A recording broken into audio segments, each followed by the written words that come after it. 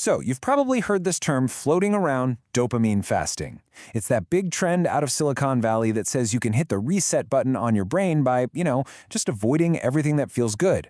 But what if the whole thing is kinda wrong? What if the guy who invented it says we're not even supposed to take it literally? Let's get into what's really going on here.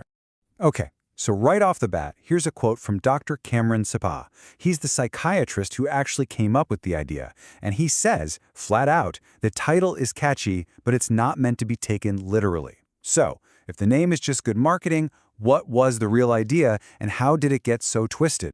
First, let's talk about what dopamine fasting became once it hit the mainstream. That catchy name? Well, it was a little too catchy. People took the idea and just ran with it, sometimes to some really, really extreme places. It went from a simple idea to this whole aesthetic movement. And I mean, it got kind of wild. People thought they had to avoid not just their phones, but basic healthy stuff. We're talking no food, no exercise, no music. Some people even avoided talking to or looking at other people. All of this was based on this faulty idea that they needed to lower their dopamine. They were literally giving up good things for no real scientific reason. And that brings us right to the heart of the problem here, the core scientific issue with this whole fad. This idea of fasting from a chemical in your brain, well, it's just a huge misunderstanding of how our brains actually work. Let's just be super clear about this. You can't fast from dopamine. It's a chemical that's just there. It's always in your brain. You can't drain the tank by staring at a wall for a day. That's just not how it works. See, dopamine is a key part of your brain's reward and motivation system. It gets you to go do things. And yeah, the levels spike when you experience something pleasurable, but avoiding stuff doesn't make your supply go down. Your brain doesn't store dopamine like a battery that you can just run down and then recharge by being bored. So, you're probably thinking, if the science is so wrong, why did this idea get so popular? And the answer is because it accidentally stumbled upon a very real problem we have in our superstimulated world. To get it, we need to understand a concept called the pleasure-pain balance. This is honestly one of the most fascinating ideas from neuroscience. Just picture a seesaw, or a balance scale, in your brain. When you do something that feels good, the scale tips towards pleasure. But your brain hates being out of balance, so it immediately works to level things out by tipping the scale over to the pain side. And if you chase pleasure too hard for too long, you can actually get stuck with your scale tipped towards pain. And to see how extreme this can get, check out this wild story from Dr. Anna Lempke's book, Dopamine Nation. She had a patient, Jacob, who literally built a machine to keep himself in this state of intense pleasure for hours on end.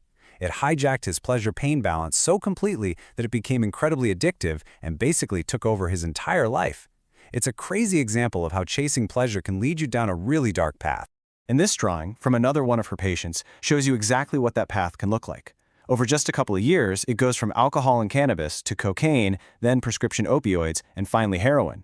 Each step up is a desperate attempt to get a bigger and bigger pleasure hit to tip that scale, but all it does is dig the hole deeper on the pain side. And this isn't just an individual problem. It's become a massive societal crisis. Economists have identified this shocking trend called deaths of despair. For a whole group of people, the top causes of death are now things directly tied to that broken pleasure-pain balance. This is the real tragic cost of living in a world of constant overstimulation. So how does our brain even get hijacked like this? What's going on inside our heads? Let's pop the hood for a second and take a quick look at the mechanics. Okay, meet the star of the show, a little cluster of neurons called the ventral tegmental area, or the VTA. You can basically think of the VTA as the engine room for your entire reward system. This is where it all starts. And the process is a really simple but incredibly powerful four-step loop. First, you get a cue, like the little buzz from a text message. Second, your VTA fires up. Third, it squirts out a shot of dopamine to other parts of your brain. And fourth, that hit of dopamine basically tells your brain, hey, that felt good. Whatever you just did, do it again. Now here's the kicker. Our modern world, from super potent drugs to those social media feeds that never ever end, is full of things that are designed to slam that reward button harder and faster than anything our ancestors ever experienced. They basically short-circuit this natural system, turning a tool for survival into a machine for compulsion. Okay, so if trying to fast from a brain chemical is a total dead end, what's the real answer? How do we actually take back control and get that pleasure-pain balance back to neutral? It's time to ditch the fad and get back to the original practical idea. Let's just break it down.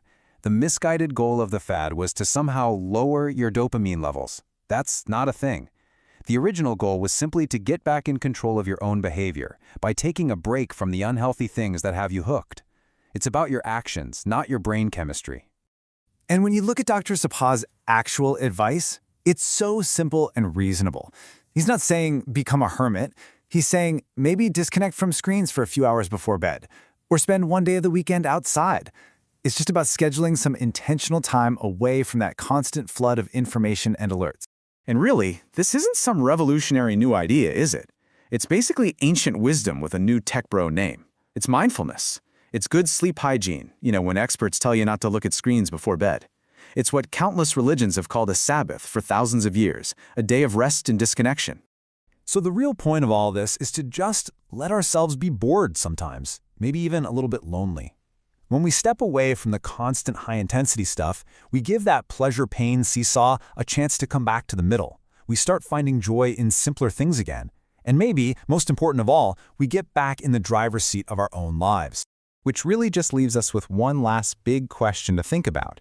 We live in a world where we have access to more pleasure and more novelty than any humans in history. But in chasing it all relentlessly, are we maybe just making ourselves miserable? In a world of endless pleasure, have we forgotten how to just be happy?